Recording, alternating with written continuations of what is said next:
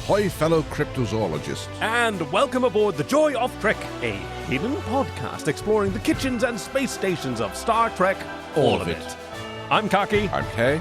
And decently pleased with the depiction of brain plasticity is your chief engineer, Greg. Oh yeah, he's a brain knower about things. Together we're on a mission through the existential questions of Star Trek to find the cloaking frequency on every cake and the excellence in every episode. Even the tolerant Vulcans.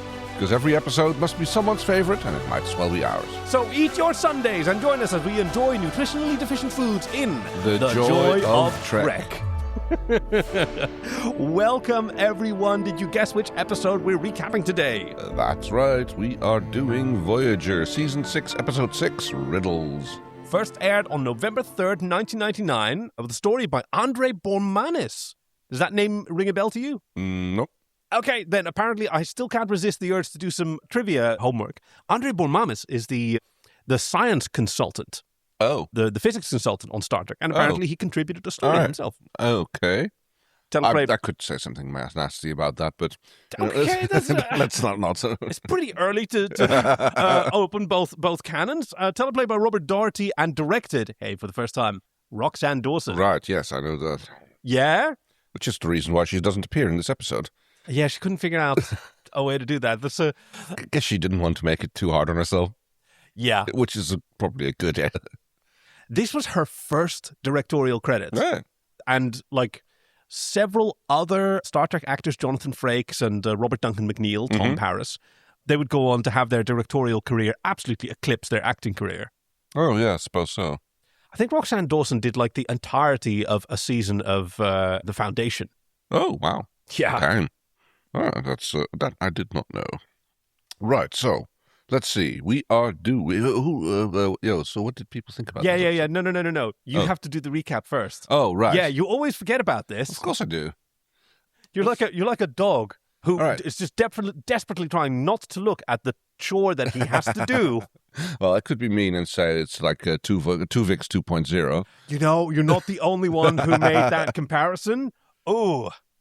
I guess it doesn't. I mean, if Janeway had any part in, the resolve, other than being the captain, then it would have been fair criticism. But I don't think it is in this light.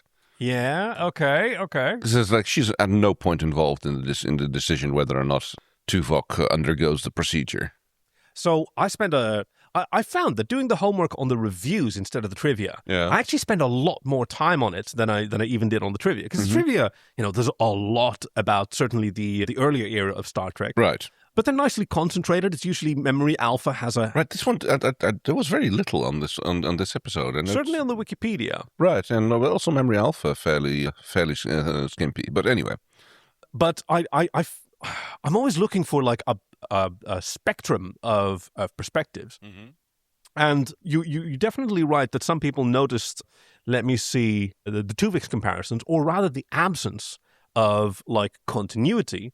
SR Case, I think it's pronounced, apologies if I'm getting that wrong, from late to the game.blog in 2021.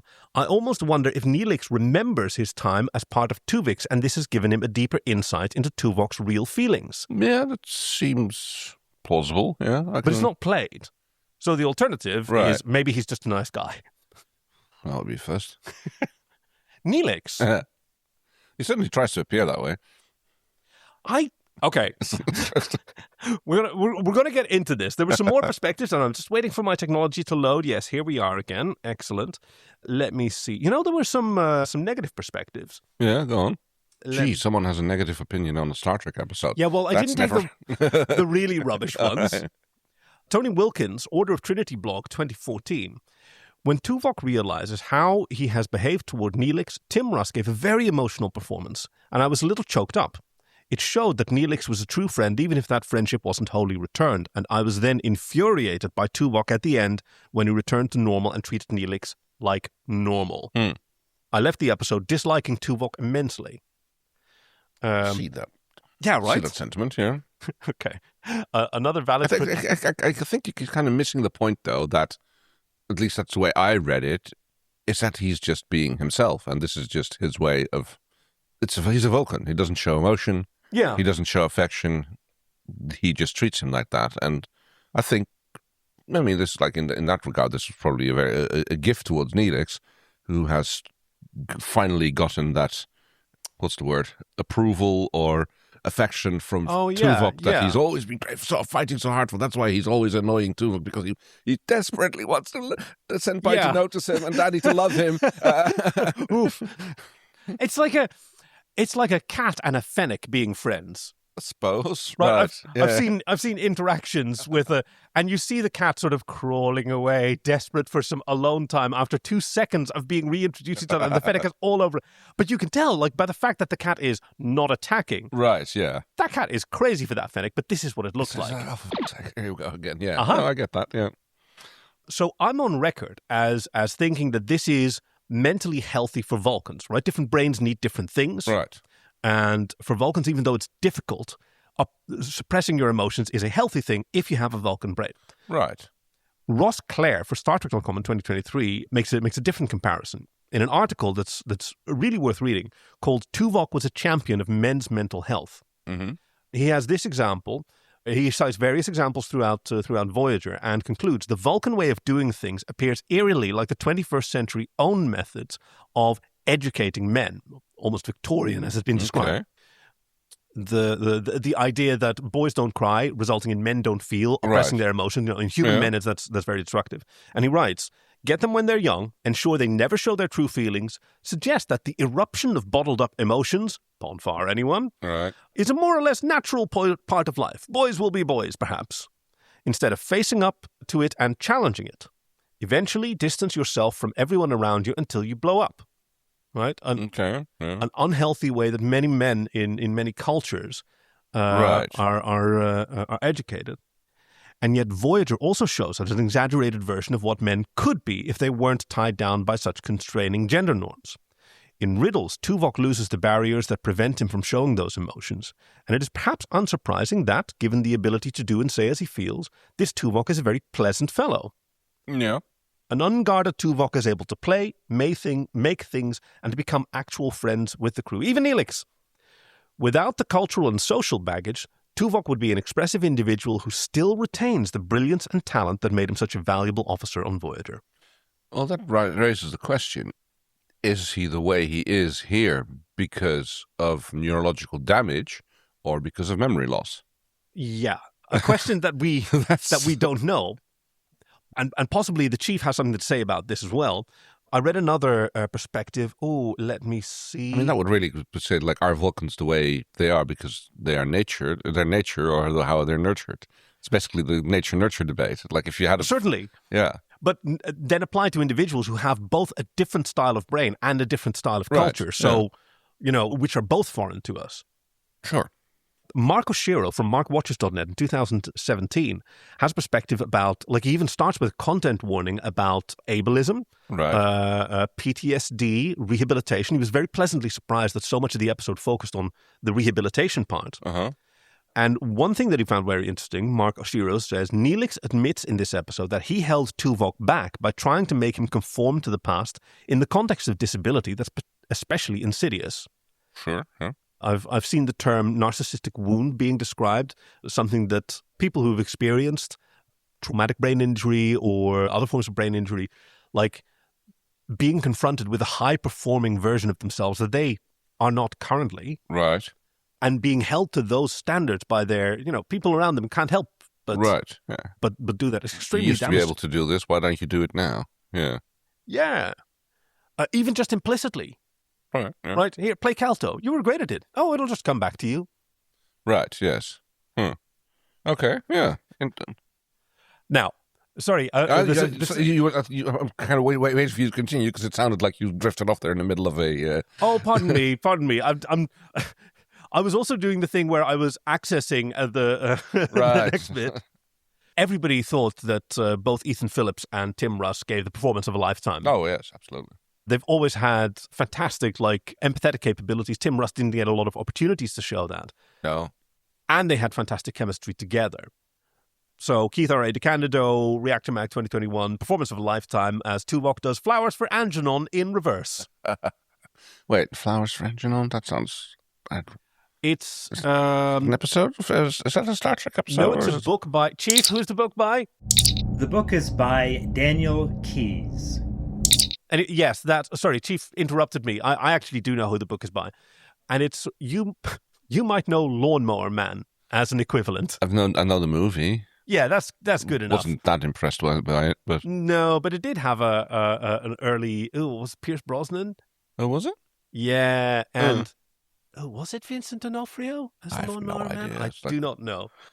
Okay, I do take a little bit of umbrage with this because Stephen King loves to treat like people with learning disabilities as like, oh, but they actually have superpowers in that very kind of like demeaning sort of a way that like some things like the 2018 Predators movie does, that is just really, really frustrating. Whereas Flowers for Algernon is a lot more about humanizing them and just really trying to depict people with these disabilities and everything as people who are just as capable of love and everything that like someone without those disabilities may have.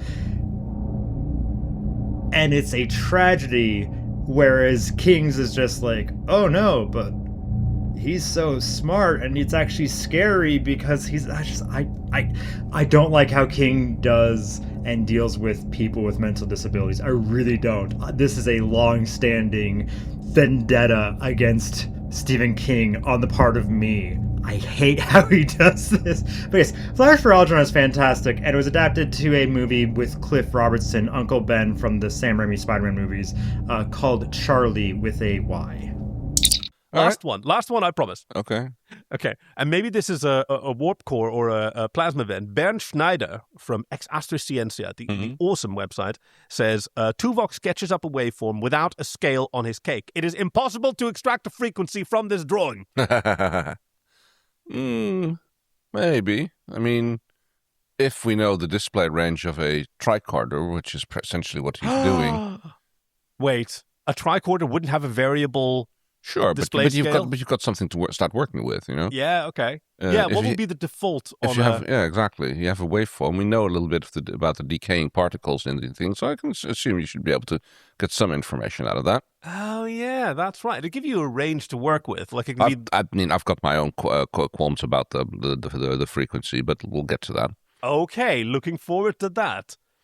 So, who recommended this episode to us? Oh, let's see.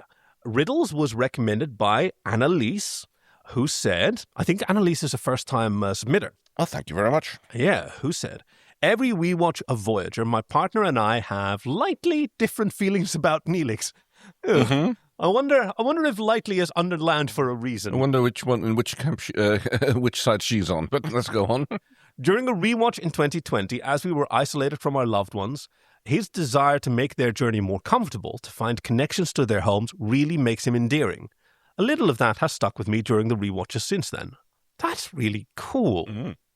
His relationship with Tuvok is one I find amusing, and where you see how hard Neelix tries to make people feel seen and connected. Suddenly, in this episode, Tuvok needs Neelix and recognizes that he feels safe with Neelix, is evidence of all Neelix's hard work paying off. It would have been so easy and natural for Tuvok and Neelix to be mutually antagonistic for the whole series, Tuvok hating him for being silly and Neelix hating Tuvok for being so serious. But Neelix genuinely likes Tuvok. He doesn't understand how Vulcans work in the slightest, but his response to Tuvok show a genuine care and good intentions, like a kid who sees an adult in distress and offers them his favorite toy. As a neurodivergent person, I do love quotable TV, and I also find myself quoting the riddle about the calendar often when I'm working on my own scheduling and a little bit hungry. I mean, it's like a bit of a diabetic diet, like, you know, if you have to live off a calendar. A diabetic diet? I mean, dates and Sundays, it's like... Oh, and dia. Like a diary. Right, yeah, I hadn't even considered that one. Yeah, I thought you were clever. No. Sorry, I'm not that clever. You did kind of invent the joke, though. Yeah. It wouldn't have existed without your mumblings. But that's like, doesn't it, though? I mean, that's your just brain thinking I said something, and so it's you who came up with it. I've had this discussion before about other things. It's like, if I misread something and I think it's a joke, how did I invent the joke, or did the person who wrote the text that I misread? If you identify a pattern where one doesn't exist in some input, could that pattern have emerged without the input? Right. I don't know. No, you couldn't have identified it. If you see the picture of Jimi But it Hendrix doesn't in a exist. cloud. It's something that isn't there. And especially if it was a piece of text which I read. I misread it, so I thought it said something else. It's a collaboration. But yeah, it's right, between your brain and the cloud, and now suddenly there's Jimi Hendrix. Yeah, okay. Well, that's okay. There's a slightly different thing than what I'm going at. Yeah, because, fair enough. It's pattern recognition in things is just something that the human brain does. But No, that's literally what I mean. You look at a cloud and you see, that Right, looks no. like Jimi Hendrix. I know, I understand. Okay. But looking at a sentence and thinking that looks like something else is not the same as misreading what it says. I mean, arguably, we're always constantly only reading 80% of what sentences say anyway, and just Right. usually we tend to get it right. Sure, yeah, and my dyslexic brain often gets it wrong. No. That's just how it works. Anyway, let's see. Do we have any other things that we do talk about before we start the episode? I do not believe so. Any egregious? I mean, I will point out. Reject the word part. Yes, I do then. have that. And that is discussion and decision about a medical procedure without first securing the informed consent of the patient. Sure, yeah. Right? I mean, that's pretty much par for the course in Star Trek. Yeah. And it's, I mean, at the time. Sure. Right, modern Star Trek, whose the Kurtzman era appears to be over, alas, is certainly better about that. But this was still in an era where, yeah, you could plan and schedule a brain operation for a patient who's not been told. And then you send Neelix can you let him know that we need him for this brain-altering operation then and then? Yes. Shouldn't we ask or inform him first? Oh, no, you can handle that. I mean, yes, but the things that the doctor can and cannot do remains a matter of weird. You can email someone. You can inform them that you want to. Oh, I want to open up your You're a brain. computer program. You can decide not to listen to the music. You can turn the music off. Wait, what? What are we talking about now? Oh, it's like when he's when he's in sickbay and Neelix starts to play the Gregorian chants, Vulcan edition, and Doctor gets irritated and like distracted by the music. Like, you're a computer program. You don't need. Yeah, just computer, delete my ears. All right, shall we warp into the episode? Computer, delete Neelix's music collection. Oh no. Yes, let's do. Oh, appropriately, it's Voyager's warp. So you tell me, yes. I mean, you can hear the nacelles clicking into place at the start. Do it one more time. You hear that clunk at the start. Oh, is that what it is? Yeah, Okay. that's the struts locking into. Yeah, it also it's like they're really cutting that close. Like, it's like I assume they have to be like everything has to be locked in position and everything, and it's like they're already powering the whole thing up, trusting the fact that it's going to click into place at the right time. What if? Wait, hang on, stop the episode. What if Voyager can only make its efficient warp field if it's generated while the nacelles are in motion, and that's why the nacelles can be so much smaller? Oh, you mean that it's like it's actual the physical shift of the warp coils in relation to each other changing helps generate the field. Yeah, that makes sense. With less energy or with less whatever. I mean, that sounds like it should be possible. Yeah, right? I guess they haven't figured out how to do a phased array of warp coils yet. So, now, how would a phased array work? Okay, basically you have a Chief, you can go make a cup of coffee. you have a whole bunch of small antennas pretending to be a big antenna, and by addressing them separately, you can essentially point the antenna in a different direction without physically moving the antenna.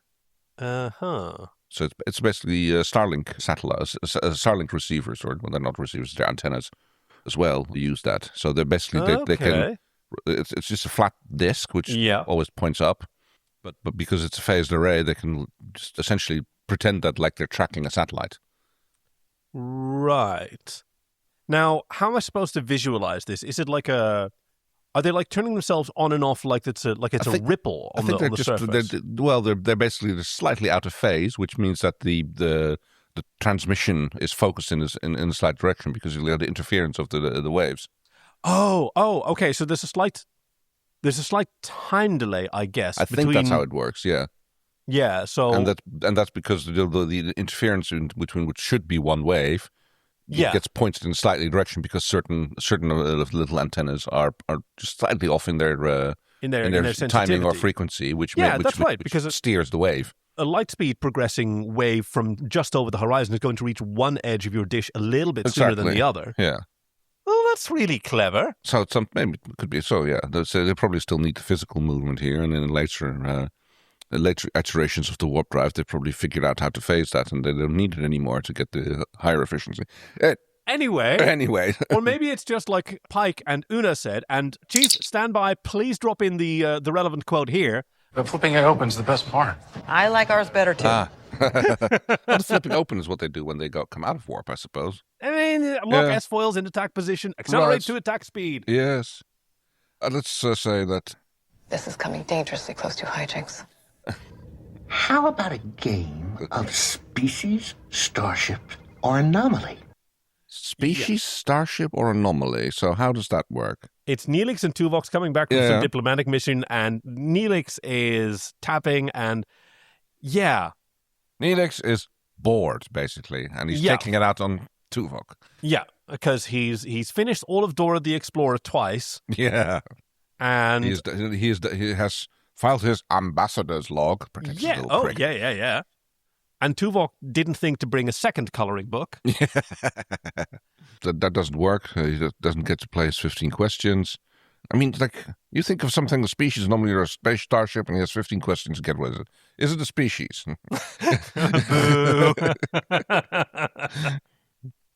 Riddles, also, we get into the riddle we've already talked about, how you can survive for a year on an L-class planet on only a calendar.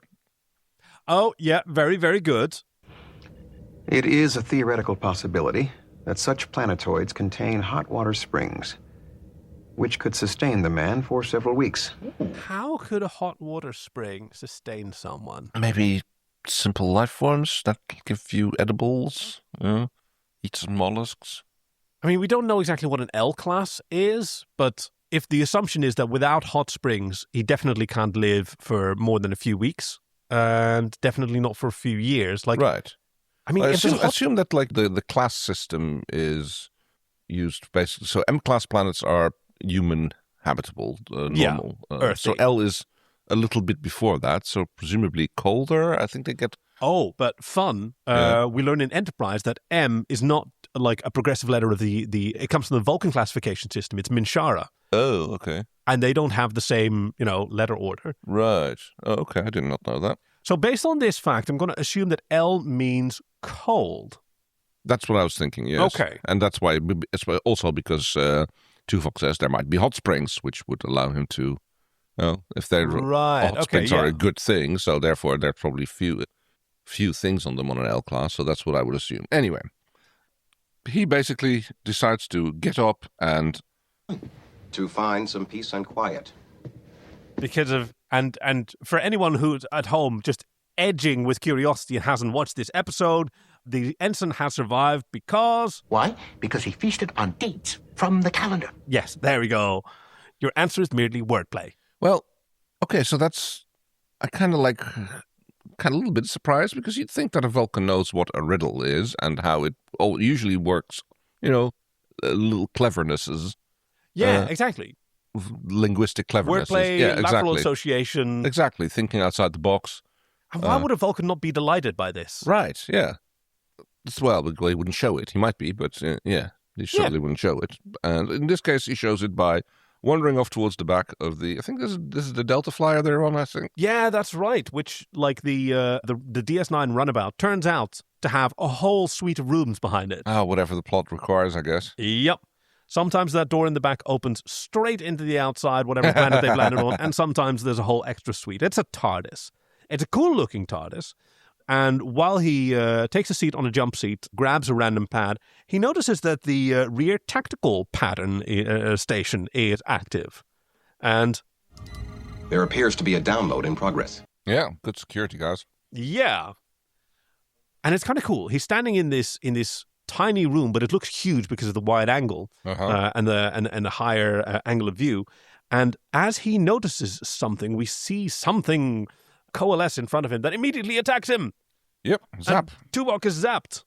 Strictly speaking, it zaps the tricorder that he's holding, and it spreads across his body from there. Yes, let's definitely favor that, Jeef. So you're going to be able to see that in detail. Bad news for Tuvok, who's having I think it's called a tonic seizure when you're moving. Yeah, I don't know. It's like it's kind of portrayed in the way that an epileptic seizure usually occurs in people. And Neelix does the right thing, immediately contact Voyager for Mayday. Mayday! And tries to render aid to the best of his ability. And after the credits, we learn that... He's in neuroleptic shock. I'll need another 20 milligrams of synaptazine. I'll get it. This was a proper ER scene. It was awesome. Right. I think Roxanne Dawson is immediately showing off her flair for choreography. Mm-hmm. And I know that like it's the director of photography who often works with the camera operator to do this, but like considering how many excellent scenes there are that are constructed with camera angles and juxtaposition of characters with very precise timing, I think Roxanne Dawson had a hand in this. Yeah. It makes sense. I mean, that's kind of what the director does. I don't know really. I mean, directors they yell stop and go and then tell people what to do and with more intensity. Yeah, exactly. Or in case of George Lucas, with less intensity. Oh, okay. No, Chief, stand down. It depends on the style of the director. Like, Hitchcock very famously said that he never looked where the camera was looking, right? Never looked over his shoulder, never looked through the viewfinder. What, don't I trust my camera operator? Mm. I'm here to study the performances being given. Right. Interesting. And some are very visual and like to hold the camera, or in the case of J.J. Abrams, who has a particular idea about the nature of camera shake, that it always should be resisted. Uh-huh. He likes to climb on the back of the Steadicam operator and just jiggle him like a spider monkey. And you hold it. Yeah. You hold it steady. And So, yes, treatment is administered, neurostatic shocks, pulses until he stabilizes. For the moment, anyway. But... suffered severe neurological trauma.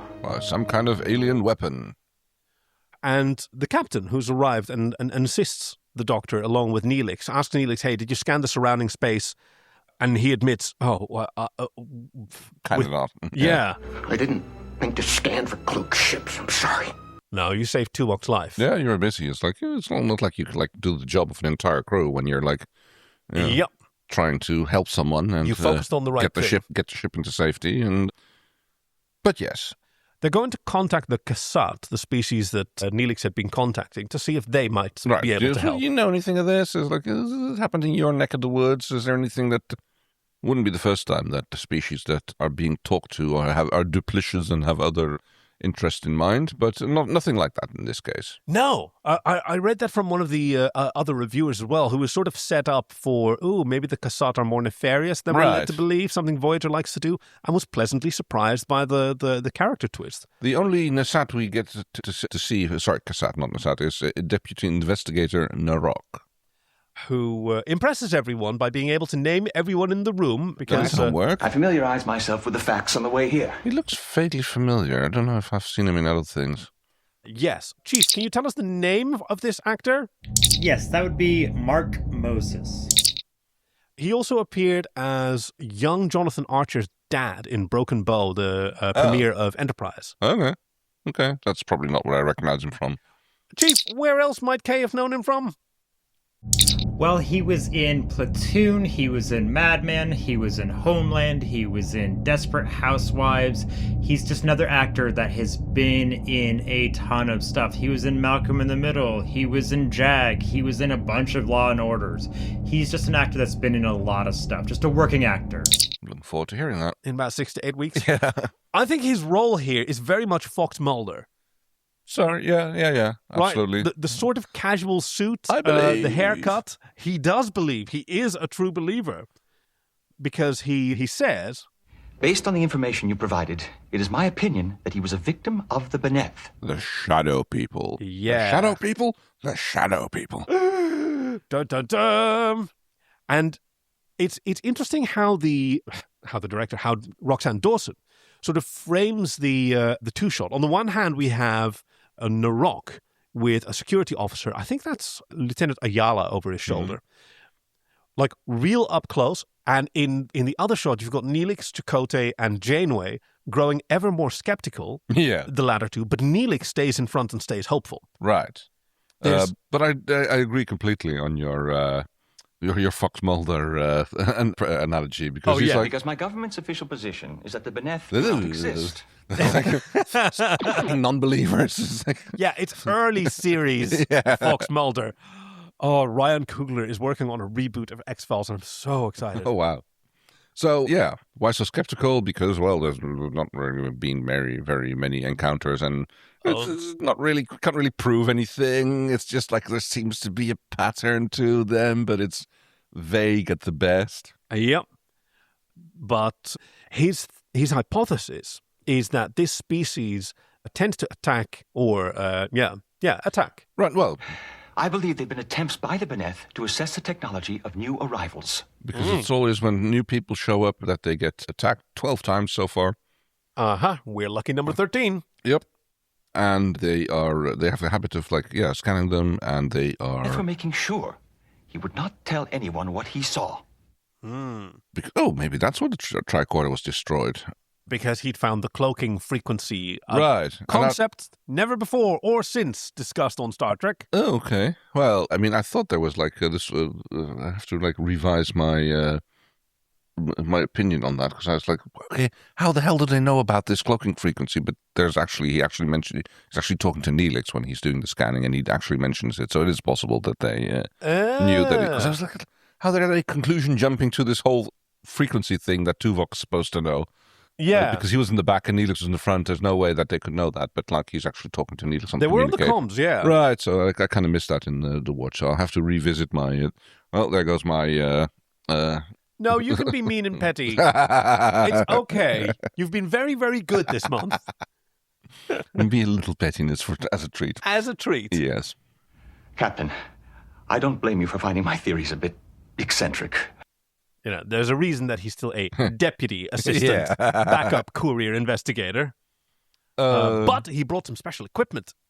Yes. Which he's going to use to see if they can figure it out if they bring him to the location where the attack happened. First they go to the patient. Yeah.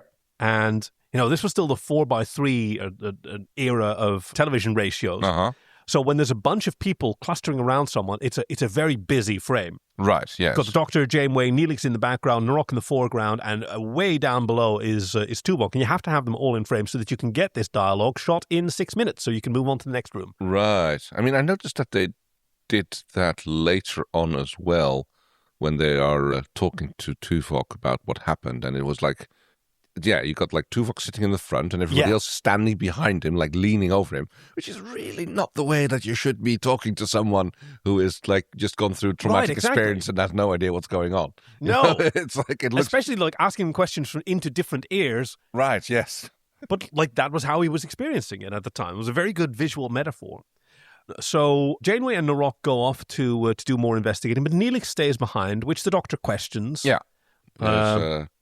Unless you have a degree in Vulcan neurobiology that I'm not aware of, there's nothing you can do. But he wants to help. Yeah.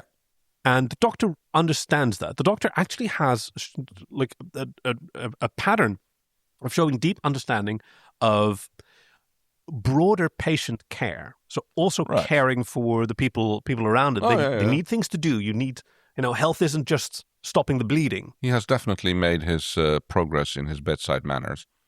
I think he always had a lot of this. He has a certain bias because he's an emergency medical hospital. Right, that's what I mean. It's something that is clearly developed over time. There was a first season episode, I think, where Chakotay was on the biobed and was lost in a coma where his brainwaves were gone. And B'Elanna brought in a medicine wheel because she knew Chakotay and probably he explained this about his culture, and she brought it from his quarters. And the Doctor casually moved some things on the medicine wheel because she set it up wrong. And he knows about rubber tree people medicine wheels. No, if you set it up like this, you would be guiding him to the Valley of the Antelope Women, and we'll never get him back from there.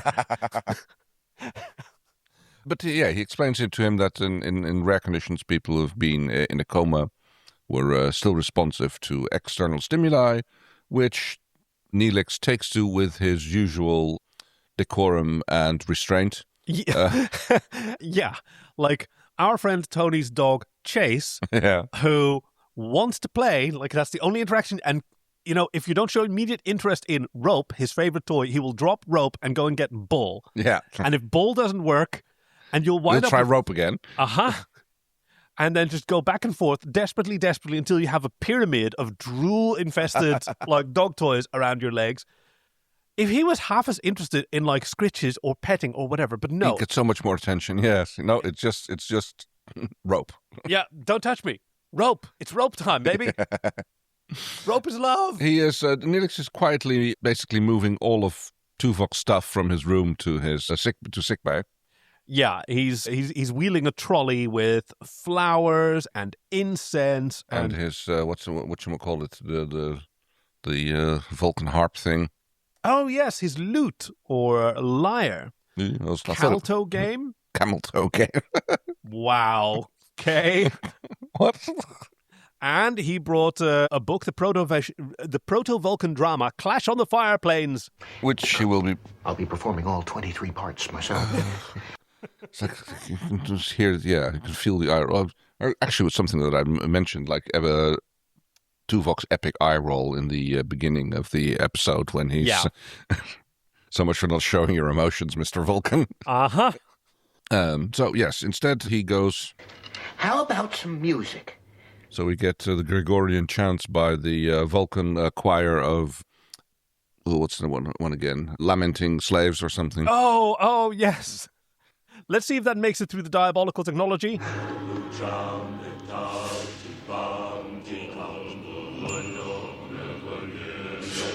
It's definitely chanting. I bet it's beautiful to some people. Yeah. So, yes. But we get to this fantastic quote where Neelix professes that he is trying to stimulate Tuvok's stances. I said stimulate them, Mr. Neelix, not annihilate them. Yeah, well. Turn off the music, blah, blah, blah. But in the meantime, as the Doctor wanders off again and Neelix looks up, we can see Tuvok sitting up on the bed. See, this is one of those examples of the choreography that will become a hallmark, I think, of Roxanne Dawson's style. Uh-huh. We have a single camera shot with a steady cam or a dolly camera. Yeah. Following the Doctor, he stands up, walks out. What is that noise? Now we have him and Neelix. We get a close-up of him and Neelix while they're discussing this. The Doctor crosses to the other side of Neelix and then crosses away again. And over Neelix's shoulder, as he's looking after the Doctor, we see Tuvok sitting up. Coming into view, yes. And it's very gentle. Like there is a different way to do this where it would be a shock to see him sitting up. Like if he was a zombo or something, we'd be doing that. But, Doctor. And Neelix immediately runs over to Tuvok, telling him, "You've had an accident. You're in sick bay." Right? The things that someone who's confused would want to hear. Mm-hmm.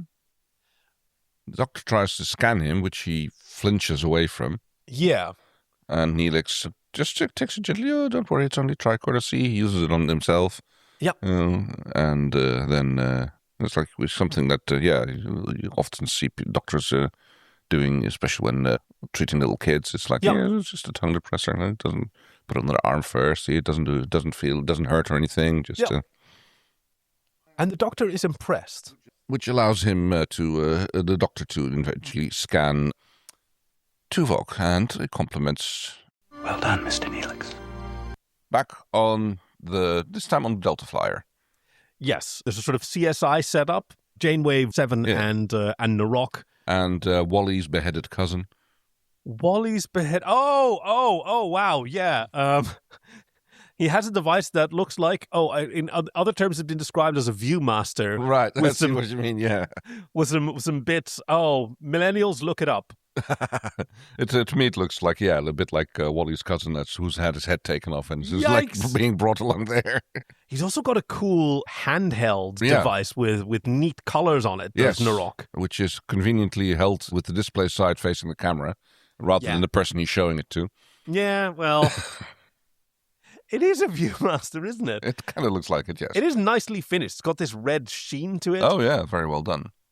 And it's some kind of photonic emitter because it can illuminate a latent image of some isotopes. Blah, blah, blah, blah, blah. We are being told... The sound you're hearing indicates the presence of viridium isotopes. Viridian dynamics. Food. Oh! Yum. Oh, sick Better Off Ted reference there, bro. deep cut to a bizarre, rather cool, I recall. Oh, yeah, absolutely. Sitcom in a sci-fi sitcom. Not really sci-fi. It's just like a fictional company with Viridian Dynamics, and the manager of it's basically like The Office, I guess, but with an entirely different approach. You got the manager of the science team, his psychopathic boss, I would go. Yes, she is a psychopath. Yes, absolutely. Go watch it. It's fun. If you haven't seen it, better off Ted. It's worth watching. It's like 2 or 3 seasons. It's only one. No, it's more. That's at least 2 seasons. I think. Okay. Yeah. Well, anyway, maybe I have more to look forward to. Yeah. Anyway, with Seven's ability to twiddle some knobs, the image resolves into something. Oh, Tentacles. I always suspected they were multipeds. He is very excited by tentacles. May need to add that to the soundboard. Not entirely sure, but yeah, apparently something is. Progress is being made. Can we adapt this to our deflector? Can we adapt this to space? Well, it only works in close range, but one problem at a time. Yep. One problem at a time, indeed. The Vulcan brain. Puzzle wrapped inside an enigma, house inside a cranium. Roxanne Dawson thankfully keeps everyone out of frame who is rolling their eyes, but the Doctor gets to the point much more quickly than he would have done in season 2, where he describes that this brain is rewiring itself. Like the Vulcan brain is incredibly hardy and is just rooting around the damaged areas. But the Doctor also exercises caution. For that matter, we're not certain he recognizes any of us, or even knows who he is. Because he's not talking yet. And here is a criticism that I saw from a few reviewers, which I think is totally fair. Like, the captain looks at her oldest friend. She is Tuvok's best friend on this ship. They've known each other for years before he came to Voyager. If you could talk, you might be able to tell us something about that cloaking frequency. Yeah. Like, that's the thing that's on Janeway's mind at this point.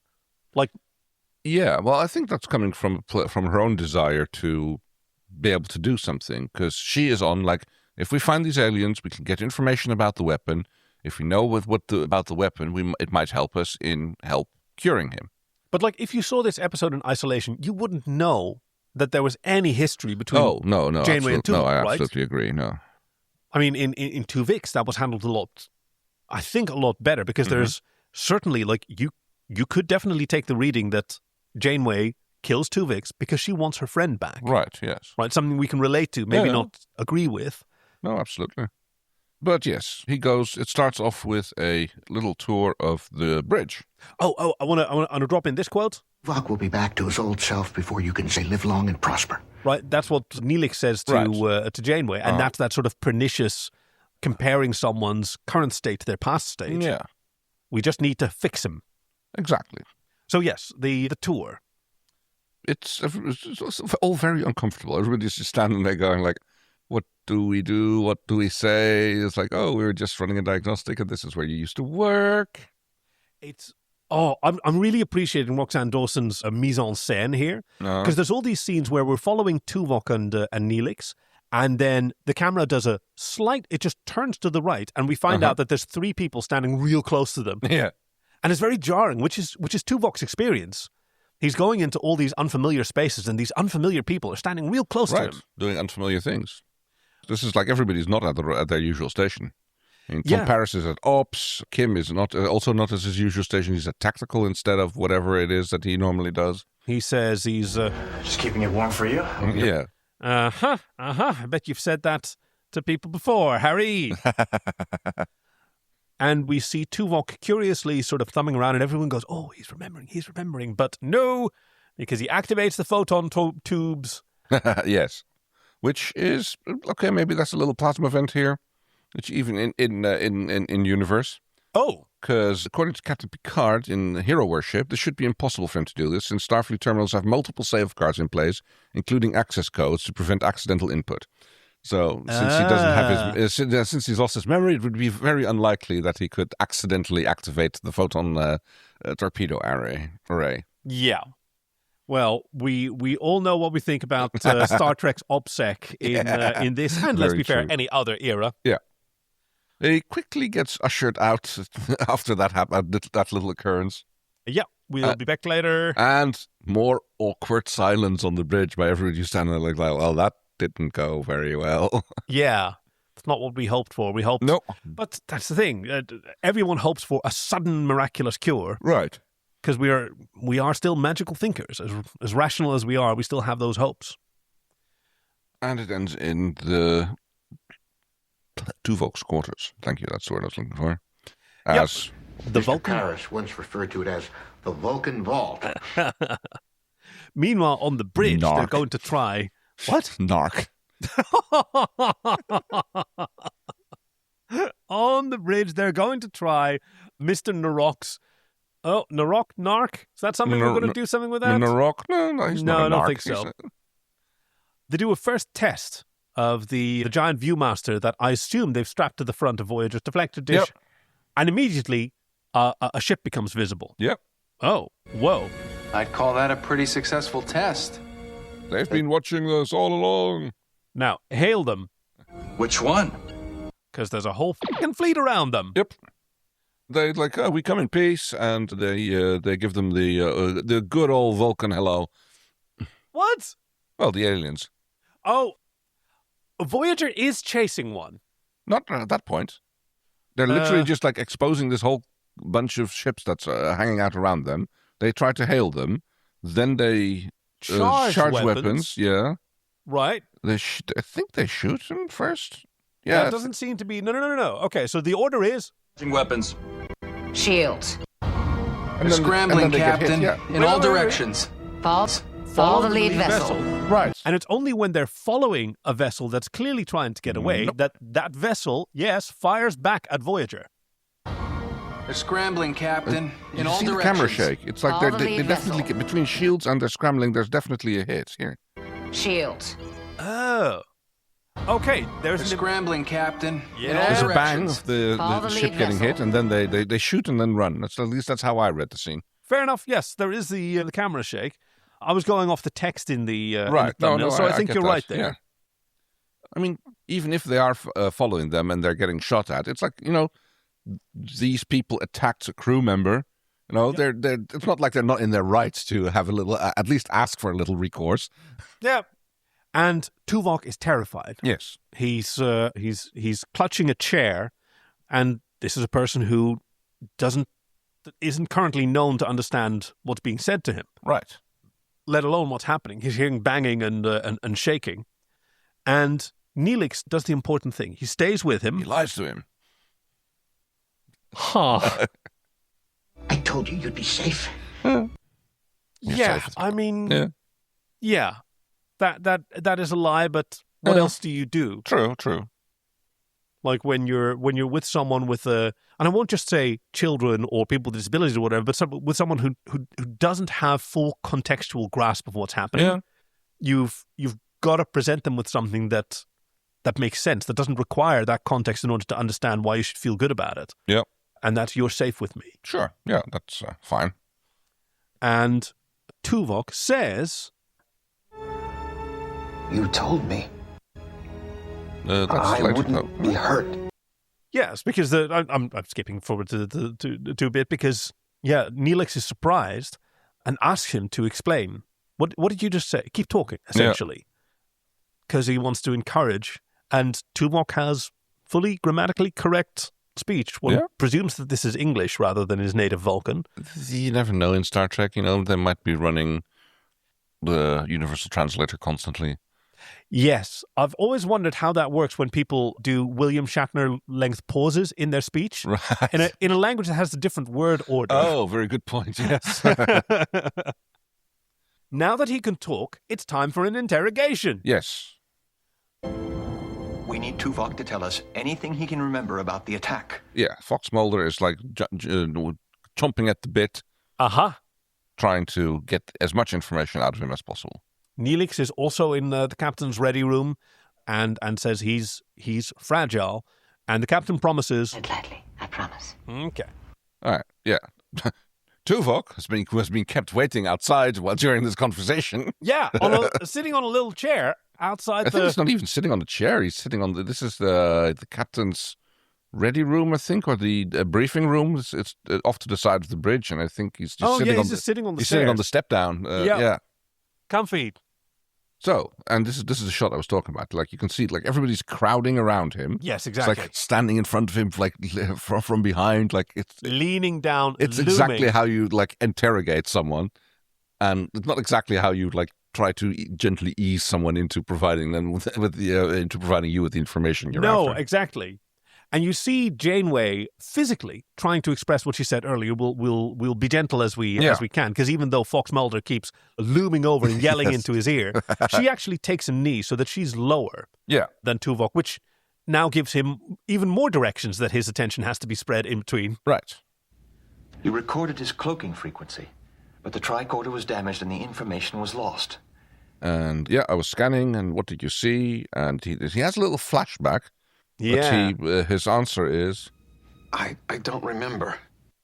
And the Mulder is like, come on, and try harder. Yep. And the captain nips that in the bud. It's like, nope, we're over. But Captain. Join 7 of 9 and ask him. Nope. Go into astrometics and see if you can figure out something over there. We're not doing this, Tuvok. I mean, I guess this is where she's protecting him, both as a crew member, but probably also as a friend. The closest we come to getting acknowledgement that they're longtime friends is she invites him to lunch, just the two of us.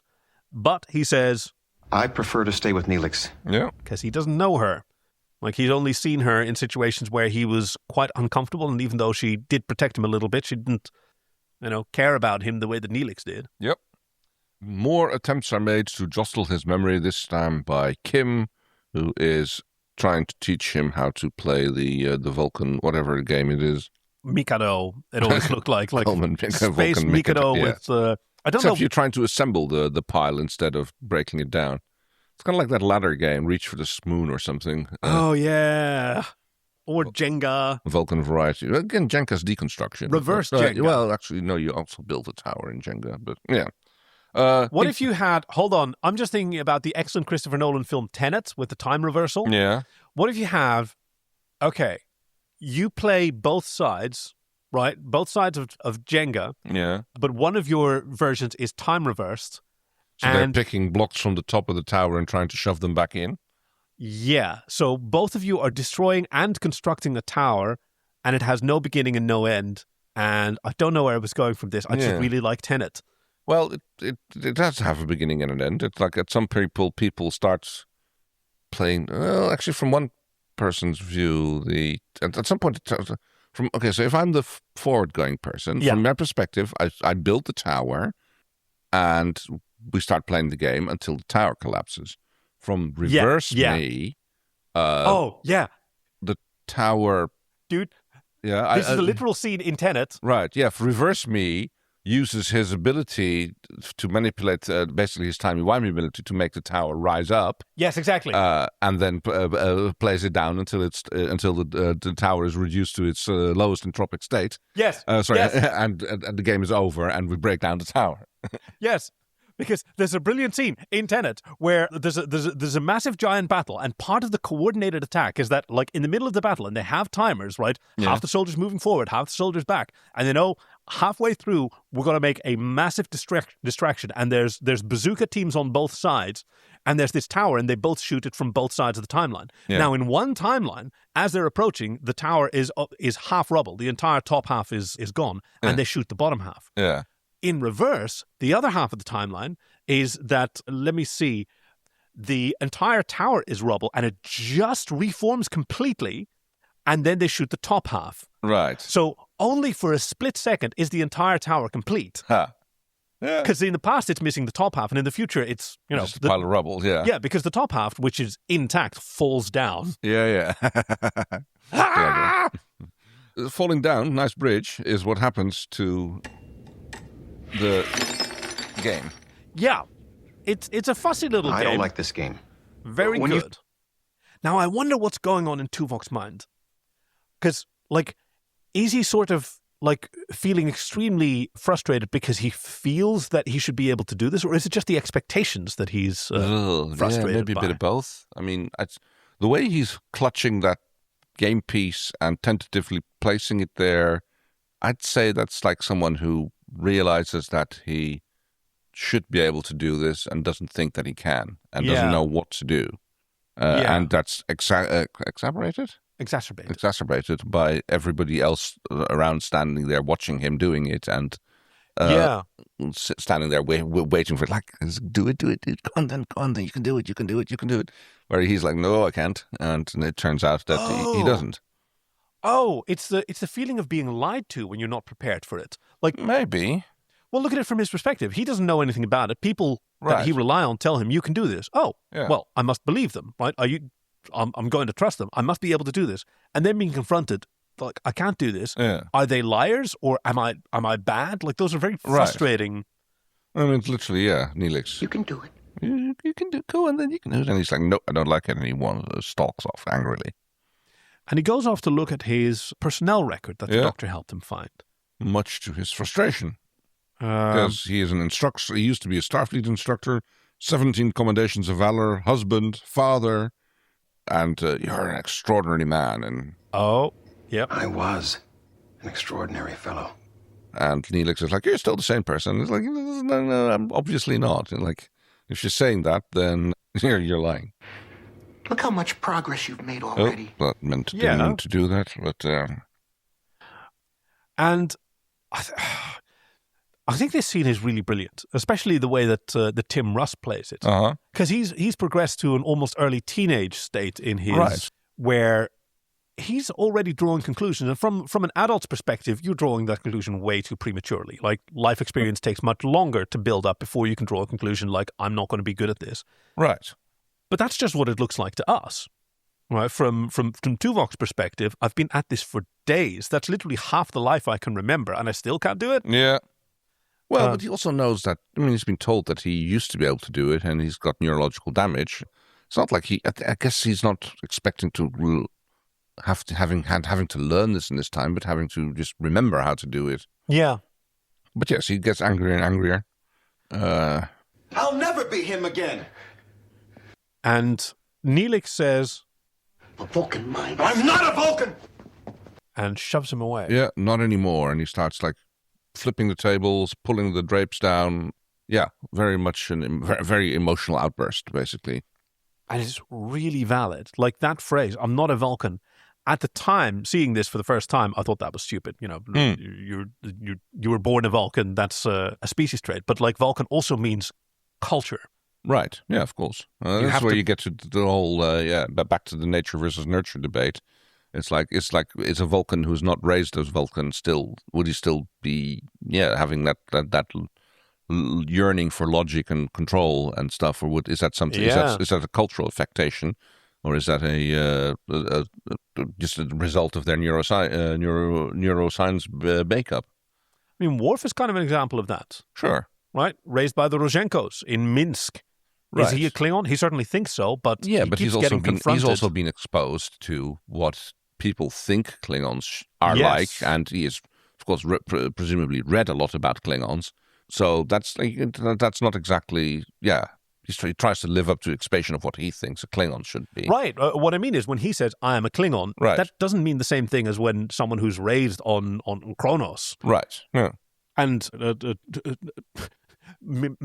Dame not appearing in this film, B'Elanna Torres. Yes. I don't think she considers herself Klingon. No, I don't think so. Right? She probably has to deal with the stereotypes enough. Something that she really dislikes about her forehead. Yeah. But yes. Get away from me! And the doctor is like, I'll take it from here, he says. Yeah. Snapping on the gloves and getting the giant tongs and putting someone in the crazy person bucket. Yeah. Neelix instead goes to Bother 7. On accident? No. What? I mean, it literally says he walks in. Oh, sorry, I didn't mean to interrupt. He walks into the mess hall. Oh, okay. So that's not her quarters. No, I don't. Okay, no. If this is her quarters, that would be very creepy because he didn't ring the doorbell. Okay, so look at this intro. Oh, sorry, I didn't mean to. So says you didn't, and he's like, yes, I did. You were pondering. I read that completely wrong. It's like I thought that was like, I didn't mean to interrupt, and I thought that she said like, yeah, you did. Oh. But no, it's like here goes me. I'm always willing to think the worst of Neelix. Well, okay, let's take this on. I think this is Neelix at his best. There are many aspects of Neelix that are not great in their presentation, like his relationship with Kes, unbeloved by some. Right. The age disparity is a huge thing. Like there are some creative hits and misses here and there. His jealousy certainly wasn't great. Oof, no. But like, isn't he sort of like a capybara? With an enormous social inclusivity drive and regrettably also separation anxiety off the scale. Fair point. Yeah, I suppose. Or like the Fennec, he has much love to give, and it's annoying to some, but like it comes from nowhere but a desire to love and be loved. But that too, yeah. Right, but more to give. The he wants people to. Right, how dreary would it be? It's a charitable reading, yes. This journey of theirs.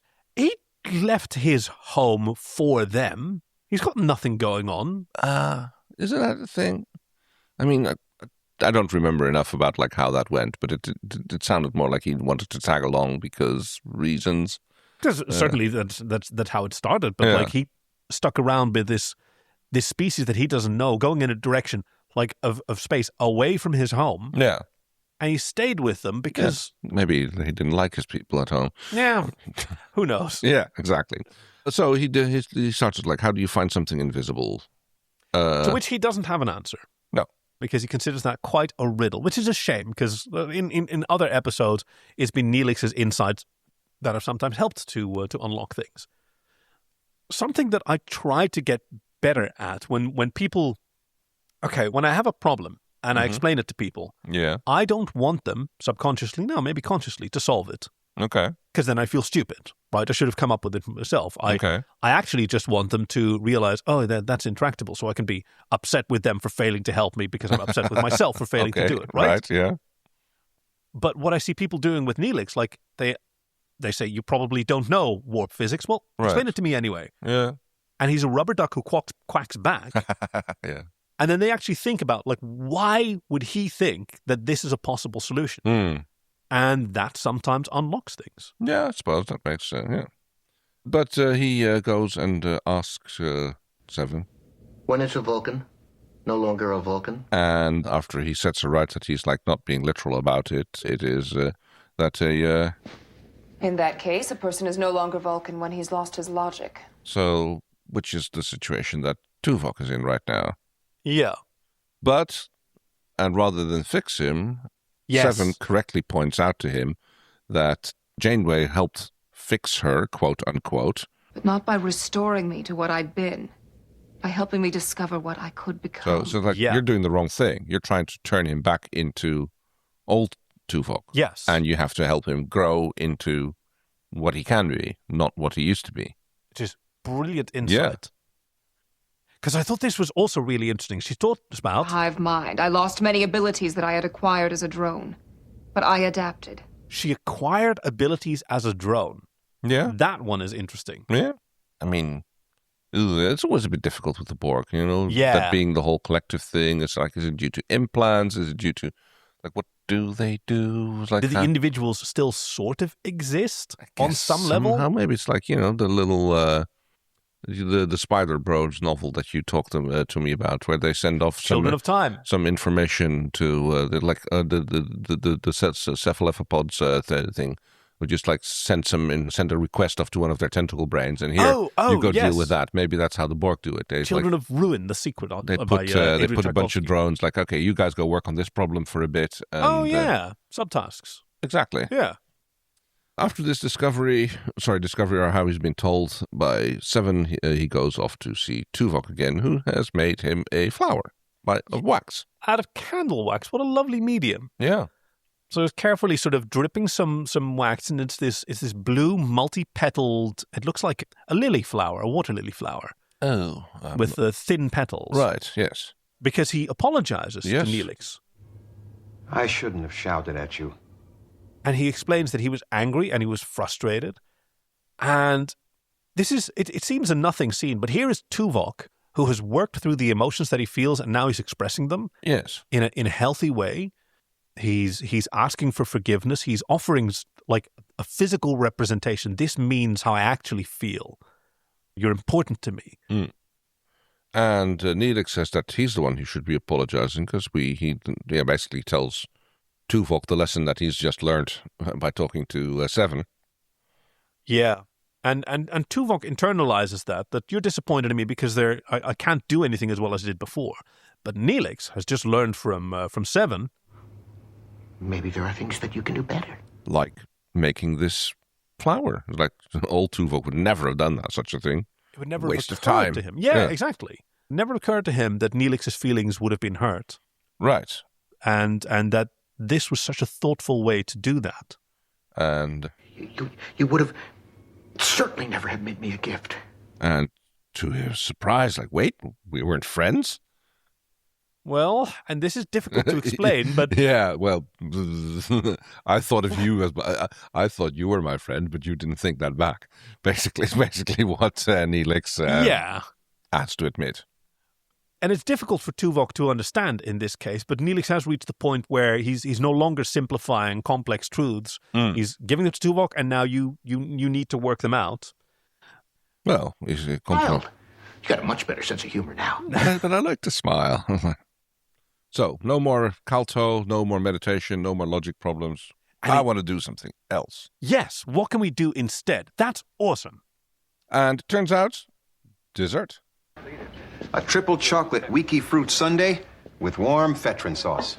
Ooh.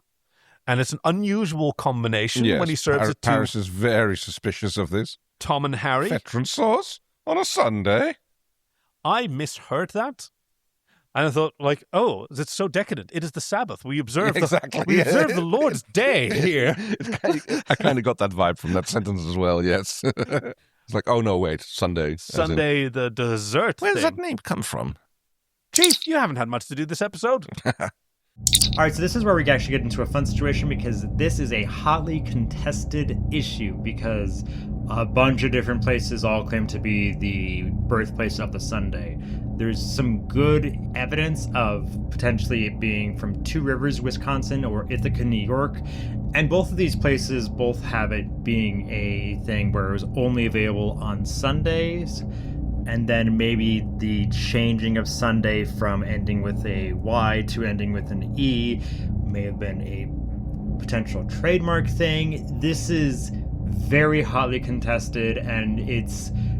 Yes, so Ithaca, New York, and Two Rivers, Wisconsin, about 10 years apart, they have a long-going rivalry of who created it, and there's reasons to not believe both of them, but then other places also claim to be the birthplace of it. So, but it all really seems to come down to just it was served on Sunday, so it was like a treat after church, or it had to do with blue laws against selling ice cream sodas in 1890 in Evanston, Illinois. There's just a lot of these things.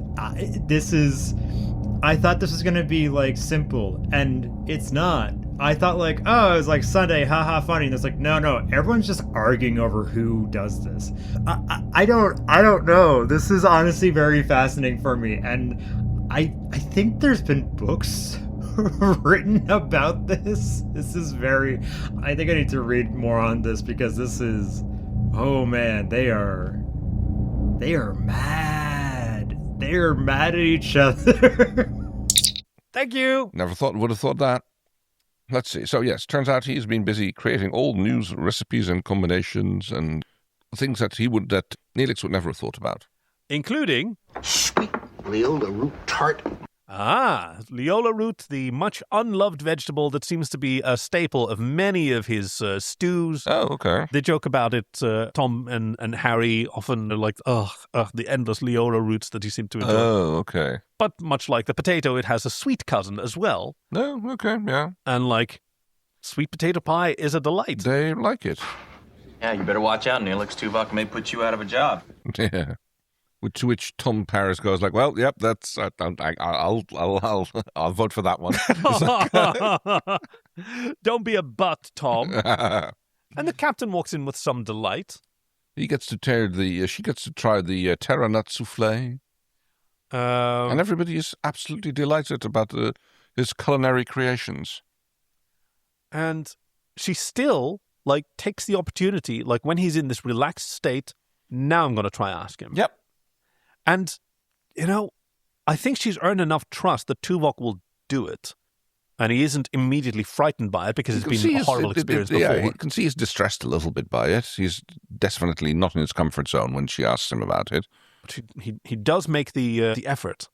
And he does recognize some things that he didn't before. Because he does now say... I detected a cloaking frequency. And she pushes him a little bit. Can you describe it? Was it symmetric modulated? Was the amplitude constant? And it's like, I don't know. None of that makes sense to him.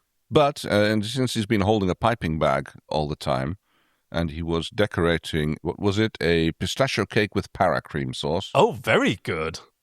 And after the captain, this time it's Neelix who steps in to tell Janeway, back off here. It's difficult for him. No pushing, maybe try again tomorrow. But using the piping bag with the tara cream sauce, he has decorated the cake with the modulation pattern as he saw it on the tricorder. Sourced from a local bakery that delivered food straight to the set. They frequently used them. Just give us... I wonder if they just kind of made a drawing like what they wanted to have on the cake. Oh, yeah. I wonder if maybe the cake was brought blank and then the art department got to use the piping bag. Oh, that's good. That makes sense, yeah. It's we need to... give us a cake like this and we want the top to be blank, but we do want a piping bag of red frosting or something that we can use it to draw on what we want to ourselves. Yep. Please don't make it toxic because our crew cannot be contained. We keep telling them not to, but their fingers are smudgy and, we can't stop them. And that apparently, despite Ben Schneider, the lack of a scale, I think you did quite a good job in explaining how they could interpret what the scale might have been. Right, yeah. And that gives them the clue to track down the Beneth, because there was a B-plot as well that we've sort of forgotten about. Well, not really. But it's, they find out the computer has analyzed the diagram and identified the cloaking frequency, and we've narrowed the search to a handful of systems based on... I mean, in another director's hands, this episode, the Beneth might have been the A plot, right? And Tuvok's rehabilitation might be the B plot. But if you ask us a year from now what this episode is about, we're not going to remember the invisible aliens. Well, they're going to say, they're going to be remembered as invisible aliens knock out Tuvok. We might not even remember that would what we'll remember Tuvok's rehabilitation, that he has to go through, how he got there and how it got resolved. I mean, that's certainly how it is for me. I remember these scenes where he's wearing those fantastic scrubs, that well structured shoulders and a beautiful maroon tunic. Because as they fly into one of those systems, they detect a 9 million terawatt cloaking field in grid 216. It's a giant sort of space station. It is. It turns out they fly up, they raise the shields, they flash them with the deflector dish, and we see this weird space station. It looks big. It looks despite big. the fact that it's only a silhouette. That's not a moon. They immediately open fire, but the captain is not phased. Cease fire immediately. Or I'll transmit the coordinates of this outpost to the Kasat homeworld. Well, that did it for them. Stop shooting. Okay. Yep. There's an audio-only response, because apparently they didn't have the CGI budget. We do not share technology. Joey doesn't share technology. Wait, what is this? Oh, it's a reference to Friends. Joey doesn't share food. Yes. Yeah, okay. Wow. A sick 90s sitcom reference there, bro. And Janeway does something weird. She offers a carrot to the Beneth. Yeah. In exchange for information about your weapon, we'll provide you with tactical data on several species we've recently encountered. Yeah. What? Then you can assess those as much as you like. What? You're just selling out random other people by feeding their information to this? Yeah. I mean, why not? Because you have no idea about the Beneth. You're throwing other people under the bus. Okay, they do know about the Beneth. The Beneth want to know things about people. That's a hypothesis Fox Mulder has. I mean, who knows? They're making a database for invasions and kidnappings. The hypothesis fits all the data. Yeah. Okay, so you encounter the Beneth. Yeah. I'm going to give you the home addresses to everyone in my contacts list in exchange for this information, because I think that you just want to have an alphabetized list of all the addresses that there are. Right. And I'm just going to trust that you're not going to use that to be totally creepy They haven't so far. I mean, in. they're kind of creepy. They're kind of like lurking and watching. But as long as that's all they do, then I mean, if anybody knew this about Voyager, no, don't ever talk to Voyager. They'll give all your data to random other people whenever it's plot convenient. Well, that goes without saying, but. Because, I mean, there's a little bit of information here. Because The Cassat investigator aboard your vessel cannot be trusted. Do you know about me? You have been attempting to expose us for years. You are a threat. So, yeah, they're hard. Clearly, they've been sent by notice me.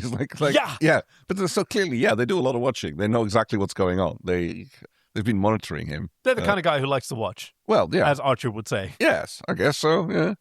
They're okay. Maybe this is their big cuck station then. So. Oh, the big cuck's chair in the sky. Yes.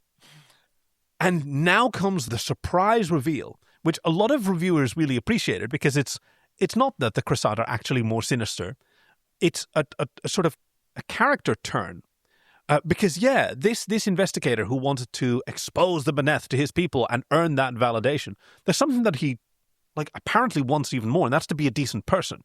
Right, because the weapons are being charged again, and he interjects.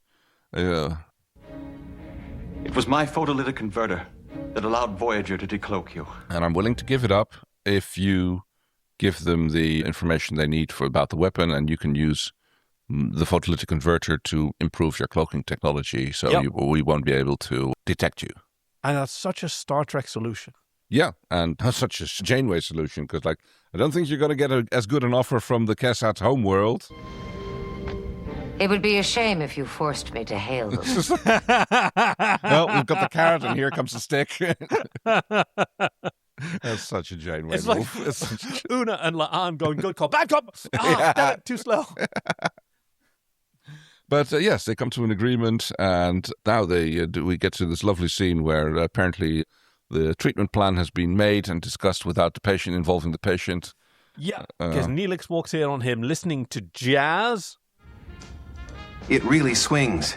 That was given to him by Tom. I thought that Kim was the jazz man. Oh, only as part of his larger repertoire of clarinets. Okay. I mean, there's...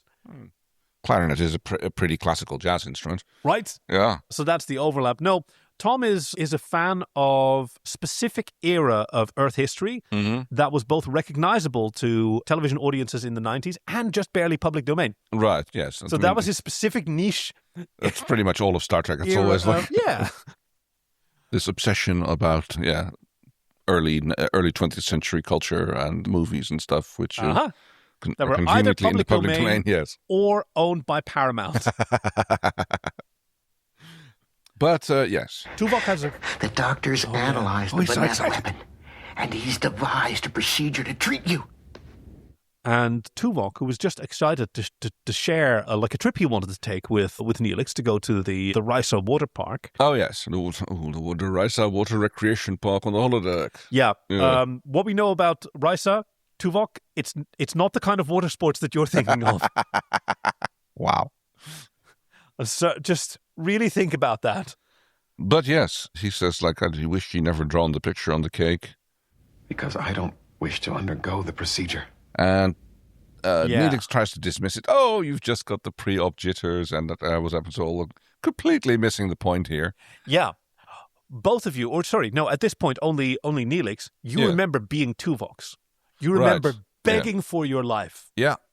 And your decisions being violated, and now you're just going to assume that you can do it to someone else? I mean, I guess it's because then afterward you woke up at Neelix and, I was glad that my request to live as Tuvix was denied, because now I get to live with Neelix again. Right. So apparently denying people, who beg for their lives, that's the right thing to do. Oh, crikey. What a lesson. What a good lesson to learn. Oh, wow. Yeah, I suppose you're right there. I don't want to be that cynical. No, but it kind of does invite that train of thought, yes.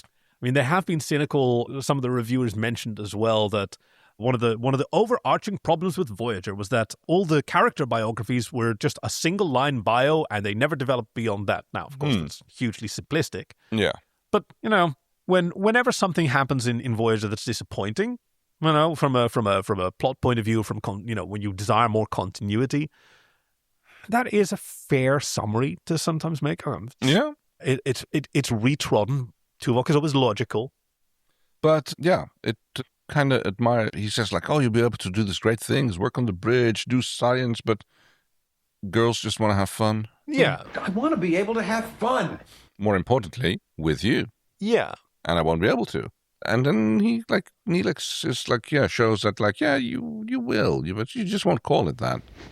You'll call it deriving satisfaction. But it's the same thing. And it's something that he's learned now. Because now he's seen what Tuvok is feeling all the time, and how he behaves is different from that. Right.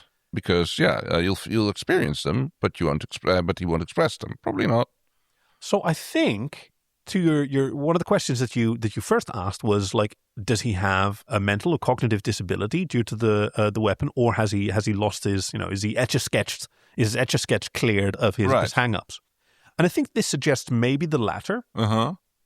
It's only with the extreme self-restraint that he could achieve the incredible accomplishments that he had the way he did. Right. Some accomplishments, they require diligence and focus in order to attain them. Right. And they're just not accessible to people who aren't hooked up or aren't predisposed to diligence and focus. But he's still an emotional, empathetic, kind person who's worthy of love.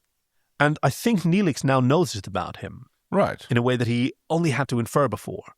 I mean, exactly. Because he asked him, like, how will you know how much I enjoy being with you? And Neelix says, you've just told me. That's, And not just in this conversation, of course, but in the days, maybe weeks they've spent together. Of course, yes.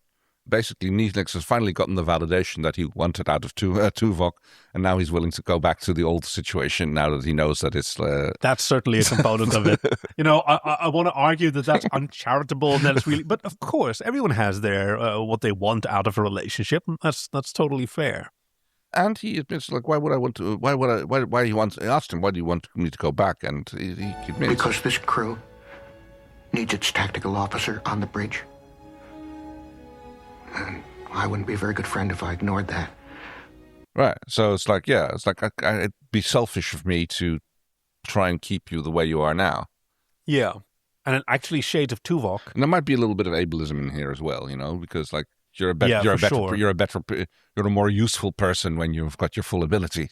That's Whereas he's only had, a few days to discover what he might be excellent at.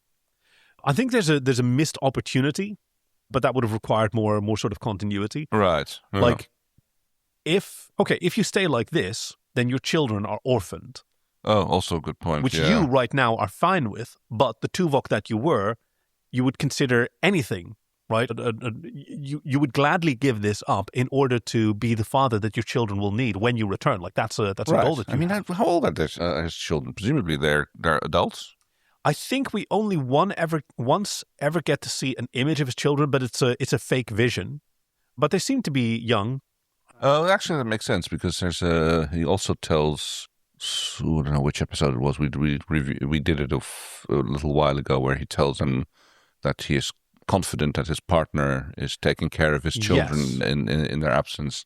That he conveyed his values to his children while they were together, and that's why he's able to focus now. Exactly. Yeah, that's right. Yep, thank you. And this is, enough to convince him, because the next shot is them walking into sickbay, and he's willing to undergo the procedure. Yep. Tuvok asks Neelix, will I see you after the procedure?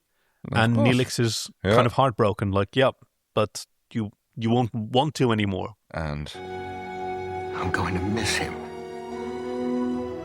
Me too. Yeah.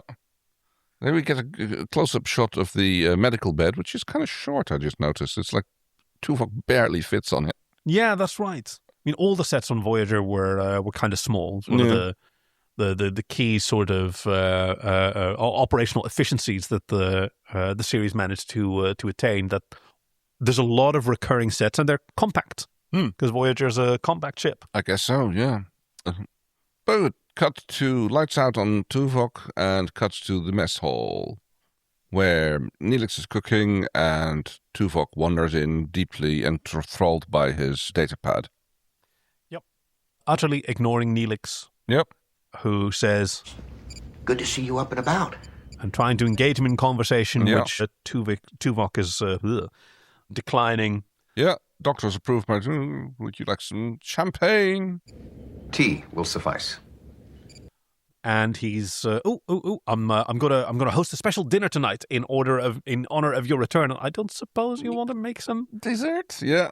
Much more important things to do than engage in the preparation of nutritionally deficient foods. No. But after blowing him off like that, and Neelix is just about to leave, he interjects. Sundays. Huh? What? The riddle you were talking about. It occurs to me that he could also have eaten the Sundays. And Neelix is almost baffled by this, sits himself down and says like, "Well, wow, that's a very clever answer, Mr. Vulcan." But it's not very logical, is it? And of course his answer, no, it's not. So there's a little spark of, at least he's willing to drop his shield a little bit and show Neelix that, there's still a little bit of the relationship that basically reinforced that he does still feel the affection for him that he professed, except he's not going to show it. It doesn't show it the way he did before the procedure. I think, in Star Trek Beyond, the last Kelvinverse film, there's a moment where Bones and Spock are stranded, and it's kind of an intimate moment where Spock says to Bones, like, "Oh, I always assumed that my respect and affection for you was obvious." Right? When it wasn't. To a human, it's not. Maybe that's a situation that Tuvok is in as well, that he always assumed that Neelix understood the depth of his affection, because Neelix kept coming back, and to a Vulcan that, "Oh, you keep coming back, you must understand that I like you." Right. And it's only now that he's experienced, this other form of interaction, where not only was he more vulnerable, but Neelix was more vulnerable and told him things that he didn't before. That he realized, Neelix actually has other needs. Like, he needs a flower. Right, to understand that I apologize. Yeah. And this is him making a flower for Neelix. Yes, I can see that. Yeah, I agree. He's thought about it. Okay, here was his stupid joke, a riddle, and I've got something for you that shows I thought about it in a way that I thought you would appreciate. Yeah, very much so. Aww. Yeah, so I think that's a fitting way to end this episode. So, what did you think was So fucking cool. Tim Russ and Ethan Phillips. I mean, obviously. Yes, it's a shoe-in. no, if very little discussion about that. Yeah. If that's going to be yours, then mine's going to be Roxanne Dawson's direction. Oh, okay, yeah. I love the visual flair, and it's not just showing off for showing off's sake. No, there's definitely a purpose to each of those shots. Yep. And I noticed that especially when I noticed that there was a long, continuous shot that has a cutaway in it. Because there, the director and the editor decided, like, even though we could show off that this was a whole 2-minute choreography, really difficult to do, we still cut away halfway to something else, because that is important for the audience to see now. So it's not just showing off how clever we are. But yeah, like, you can see why she had the makings of a phenomenal director that she became. So, let's see. We also have a little hidden scene thing that we like to talk about. Oh, yeah. Captain's log, supplemental. Which scene did we imagine was left on the cutting room floor? Do you have something? Hey, what happened to Fox Mulder after... Presumably he just went back to his... Here, see, that's the assumption. Yeah. But what if in the deleted scenes, he actually sort of gets beamed over to this space station because the thing that he wanted... Tentacles! Yeah!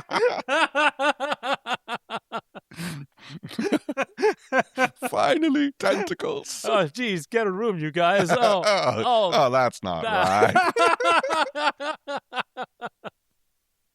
A nice Galaxy Quest reference there. Thank you. So, yeah, mine is very easy. It's Risa Water Park. Oh, no. Oh, that's definitely not PG-13. Well, that's your version of it. Oh, and yours is different? I don't know. I mean, let's just imagine. No. You're right. There must be a kids-friendly section of Risa. Okay, and kiddie pools are known for not being... I'm not going to finish that sentence and just move safely along. Yes, moving swiftly onwards. Thank you, Annalise, for that recommendation, and like your heartfelt sort of observation that this explores a relationship that really has a lot more going for it than we usually see. And I also like your perspective that you gained while you rewatched this during the COVID pandemic. That here was someone who was really putting a lot of effort, Neelix being Neelix, into making people comfortable when they were feeling isolated. And that's a noble job. Yes, thank you for recommending that to us. And if you, the listener, would also like to make a recommendation about an episode that you just love more than anybody else, or that holds a particular meaning to you, then you can go to joyoftrek.com/links, where you can leave a note which our chief will get, and he'll put it on he will review it and perhaps even select it to be discussed by us in this here podcast. Yep. There's also a link there to our Patreon page, if you can find it in your heart and wallet, to help keep the lights on here at joyoftrek.com. Special bonus episode every month. Access to the chiefs. Oh, and if you go to joyoftrek.com/links, you can also get access to our Blue Sky, where the chief drops a little soupçon of those chiefs with some very sassy comments every now and again. It's an absolute delight. You should subscribe.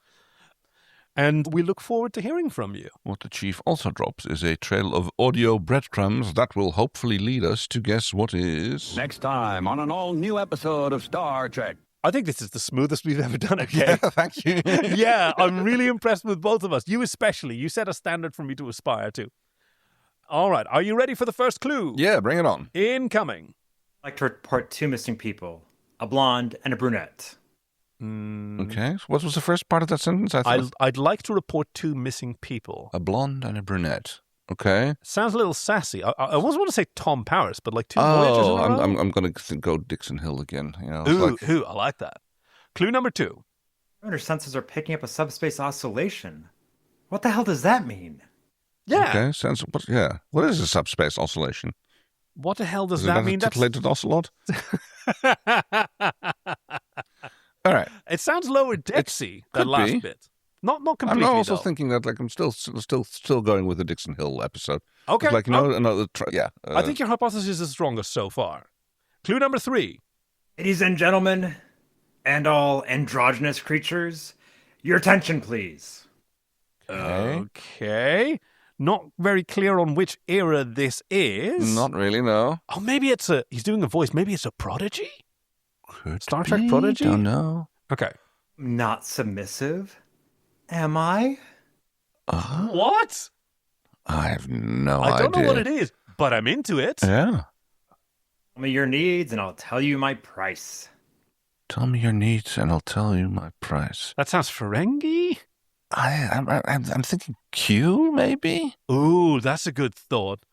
Oh, this is a stumper. Yeah. We've got one more clue. Okay. Yellow alert. Against her own imaginations?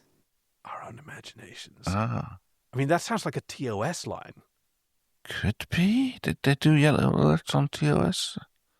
Or maybe it's the animated series. Maybe that's why it's so deranged. Oh, that could be. I don't know. I have absolutely no idea. I'm not putting any money down on this one. I think you've stumped us. All right, let's hear it from the chief. Oh no, it's finally happened. The episode is DS9-116, If Wishes Were Horses. DS9? Oh, the first season. Yeah, mid-first season. Okay. Is this the one with Rumpelstiltskin? Maybe. I don't know. I don't know. I have absolutely not a clue which episode this is. Can't wait. 2 weeks from now, we'll find out. It's going to be very exciting. Thank you for joining us, and we only have one more thing to do. I'm leaving Starfleet. Energize! We hope you've enjoyed this week's episode with your friends Kay and Kaki, production and editing by Chief Engineer Greg, and music by Fox Amore. Join us next week for If Wishes Were Horses, DS9-116. Visit joyoftrek.com/links to send us your recommendations, support us on Patreon, or to find us on Blue Sky. We'd love to hear from you. Thank you for listening to The Joy of Trek, and we'll see you out there.